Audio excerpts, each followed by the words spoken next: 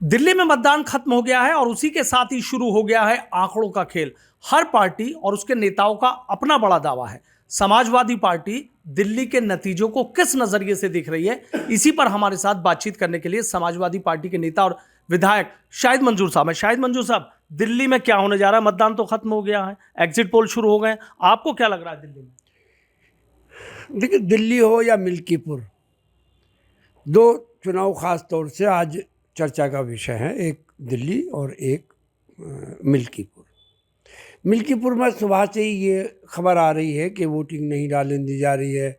ID check कर रहे हैं, पुलिस के अधिकारी चेक कर रहे हैं, आईपीएस ऑफिसर चेक कर रहे हैं। वोटों को मारा जा रहा है, पीटा जा रहा है, भगाया जा रहा है। ये तो पोजीशन मिल्कीपुर की है। और जहाँ दिल्ली का ताल्लुक है, दिल्ली की जनता और देश की जनता भारतीय जनता पार्टी को हटाना चाहती है। अब चुनावी मैनेजमेंट में कौन कितना माहिर है, कितने हैं, ये तो मैं नहीं कह सकता कि कौन क्या होगा।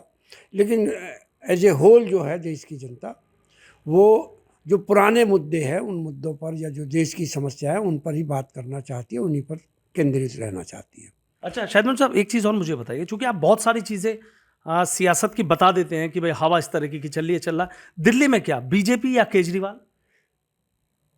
देखिए, चुनाव तो जनता की भावनाओं को देख कर नापा जाता। देश की जनता की भावना जो है वो भारतीय जनता पार्टी के हक में नहीं है।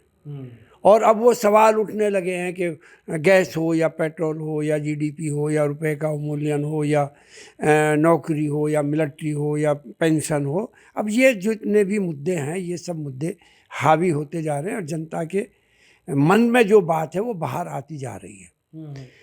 इसी बीच में जो है ये अभी कुंभ का भी मसला है।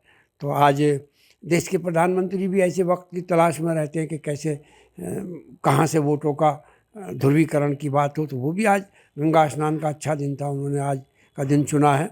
उधर गंगा स्नान है और इधर वोटों का मतदान है, तो ये तो होता ही है। तो लेकिन जिस तरीके से आपने देखा कि अखिलेश यादव ने कि दिल्ली में नहीं लड़ेंगे, वो नहीं लड़े, केजरीवाल को उन्होंने समर्थन किया, लेकिन और भी आपके साथ आ गया। देखिए, कोशिश तो यही होनी चाहिए कि भारतीय जनता पार्टी को लड़ने के लिए जहाँ जो पार्टी मजबूत है उसी के हिसाब से एक दूसरे को सहयोग करना चाहिए। तो हमारी पार्टी ने, हमारे नेता ने सहयोग किया है। आदरणीय अखिलेश यादव जी, उनके साथ केजरीवाल के साथ में रैली भी शेयर की है, वहाँ गए भी हैं, वोट भी मांगी है, अपील भी की है और अपने कैंडिडेट भी नहीं उतारे। तो चाहिए तो सभी पार्टियों को ये चाहिए कि अगर भारतीय जनता पार्टी से लड़ना तो जो पार्टी मजबूत है उसी से सहयोग करें, और जिन सीटों पर आप चुनाव लड़ सकते हो उनको उन्हीं पार्टियों से ले लिया जाए, मांग लिया जाए। कोई भी पार्टी नहीं मना करती। अब सब पे लड़ोगे, वोटों का बंटवारा करोगे तो नुकसान तो होता है। कांग्रेस को कहाँ देख रहे हैं?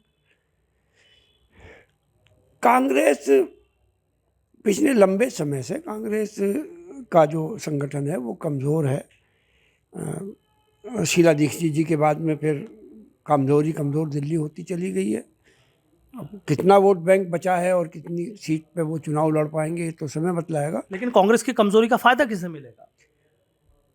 वो तो कांग्रेस से जब जहाँ जहाँ जिन स्टेट में कांग्रेस कमज़ोर होती है तो जो अपोजिशन उसकी जगह ले लेती है। हमने उत्तर प्रदेश में हम हैं, वहाँ पर केजरीवाल है, ममता जी हैं, कहीं जनता दल है, कोई है, तो दूसरी हर पार्टी है वो सब जगह ले लेती है। लेकिन जिस तरीके से अखिलेश यादव ने केजरीवाल को सपोर्ट किया, तो उस हिसाब से आपको कौन लग रहा है दिल्ली में? हमें लगता है कि भारतीय जनता पार्टी को हराने के लिए दिल्ली की जनता ने बहुत सोच समझ के फैसला किया होगा और उसके अगेंस्ट ही वोट किया होगा। अच्छा।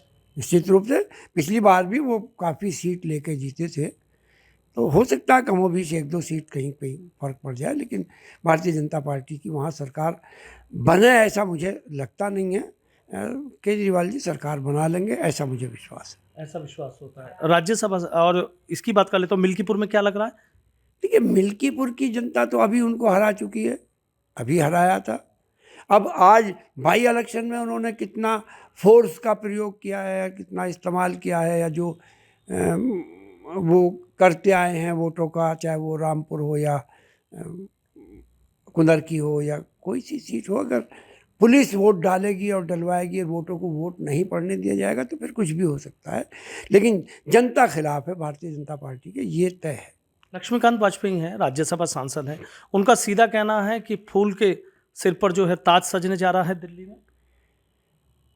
भारतीय जनता पार्टी के बड़े नेता हैं, लंबे समय से राजनीति कर रहे हैं, हो सकता है दिल्ली में वो गए हों, ईवीएम का मैनेजमेंट ठीक कर लिया हो, कुछ कर सकते हैं, अधिकारियों को इस्तेमाल ठीक कर लिया हो, बाकी तो कुछ दिखाई नहीं दे रहा। और पूर्व सांसद हैं राजेंद्र अग्रवाल, उनका कहना है कि 42 से ज़्यादा सीटें जीतेंगे, उन्होंने तो सीट भी बता दी अब हो कि 70 में से। हो सकता है ईवीएम का मैनेजमेंट करके उन्होंने 42 पे सेटिंग कर दी होती है, तो मैं कुछ नहीं कर सकता। जो लोग गिनती बता रहे हैं वोटों की, तो वो वही ज्ञानी हो सकते हैं, ये मैथमेटिक्स है। भाई मैं तो हूँ नहीं इतना बड़ा ज्ञानी, हूँ ना इतना बड़ा मैं राजनीतिक पंडित हूँ कि मैं गिनती बना दूँ कि 42 जीतेंगे या 44 जीतेंगे, तो इतना ज्ञान राजेंद्र जी को हो सकता, मुझे नहीं है। नहीं हो सकता। मतलब दिल्ली में आपके हिसाब से केजरीवाल बन रहे हैं। उम्मीद करो कि जो सरकार है वो रिपीट हो जाए। और मिल्कीपुर में बीजेपी या समाजवादी? बीजेपी और समाजवादी दो का चुनाव है, वहाँ तो तीसरे कैंडिडेट में मेरे ख्याल तो कोई लड़े भी नहीं है, चुनाव के मैदान में भी नहीं, ये दो के बीच में चुनाव। ठीक है, बहुत बहुत शुक्रिया। तो देखिए, समाजवादी पार्टी के नेता शाहिद मंजूर साहब हैं, किस तरीके से अपनी बातों को कह रहे हैं। सीधा कह रहे हैं कि मुझे नहीं लगता, उनका ये दावा है कि नहीं लगता है कि जो दिल्ली में है बीजेपी सरकार बना रही है। कह रहे हैं कि केजरीवाल वहां पर सरकार बनाने जा रहे हैं। और मिल्कीपुर विधानसभा उपचुनाव जो हुआ है उसमें बीजेपी और समाजवादी पार्टी के बीच ही कांटे की टक्कर बता रहे हैं। हालांकि जब उनसे राज्यसभा सांसद डॉक्टर लक्ष्मीकांत वाजपेयी और पूर्व सांसद राजेंद्र अग्रवाल पर सवाल किया गया कि वो जीत का दावा कर रहे हैं, तो फिर इन्होंने ईवीएम पर सवाल खड़े कर दिए और कहा कि मैनेजमेंट है, कुछ भी कर सकते हैं। यानी दिल्ली का जो मतदान है वो भले ही संपन्न हो गया हो, लेकिन सियासी तापमान अभी भी आसमान पर बना हुआ है।